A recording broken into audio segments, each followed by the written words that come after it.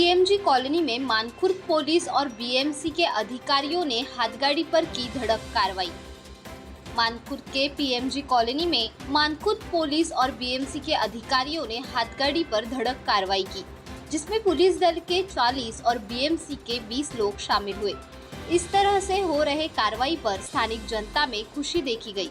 सभी ने मानखुर्द पुलिस के सीनियर अधिकारी मधु घोड़पड़े इनके इस कार्रवाई ने जनता ने राहत महसूस की है।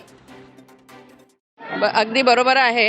वर्षानुवर्ष इथे हे जे हॉकर्स आहेत हे इथे भाजीपाला लावून आणि अगदी जो रोड आहे बीएमसीचा तो संपूर्णतः ऑक्युपाय करून इथे बसलेले असतात।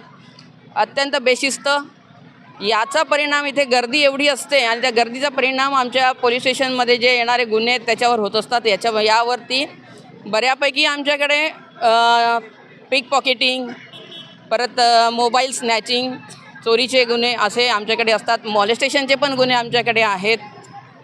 त्यामुळे आम्हाला ही कारवाई आणि माननीय हायकोर्टाच्या आदेशानुसार आम्ही ही कारवाई करत असतो।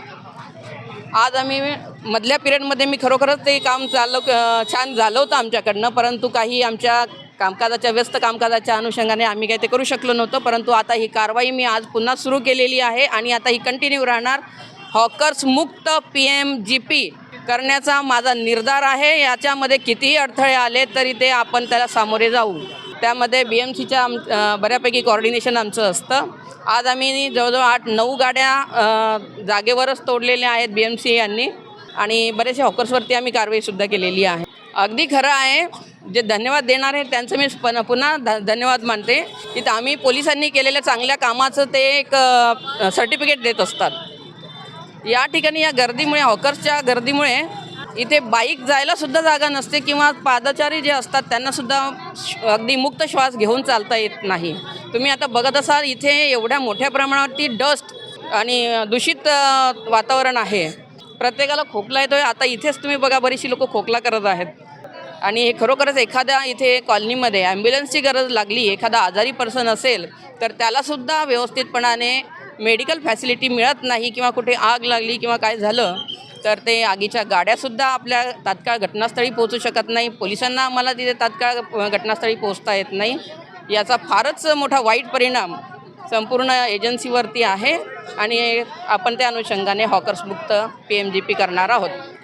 जवळजवळ आमच्या 2 गाड्या इथे आहेत, 2 PI आहेत इथे, मी स्वतः इथे आहे। जवळजवळ आमचा 25 ते 30 लोकांचा स्टाफ इथे आहे। बीएमसीचे पण 15 लोक इथे आहेत। 3 गाड्या इथे आहेत जागेवर।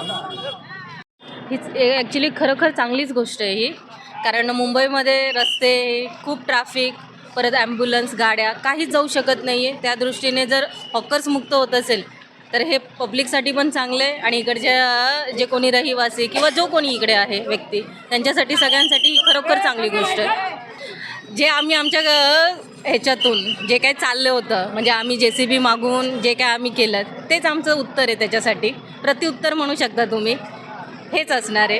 कारण आम्ही बोलतो की आम्ही काहीच आमचं याच्याशी संबंध नाही आहे, पण ते त्यांना लक्षात येत नाही आहे। त्यापेक्षा आम्ही करून दाखवलं, ही खूप मोठी गोष्ट आहे असं मला वाटतं।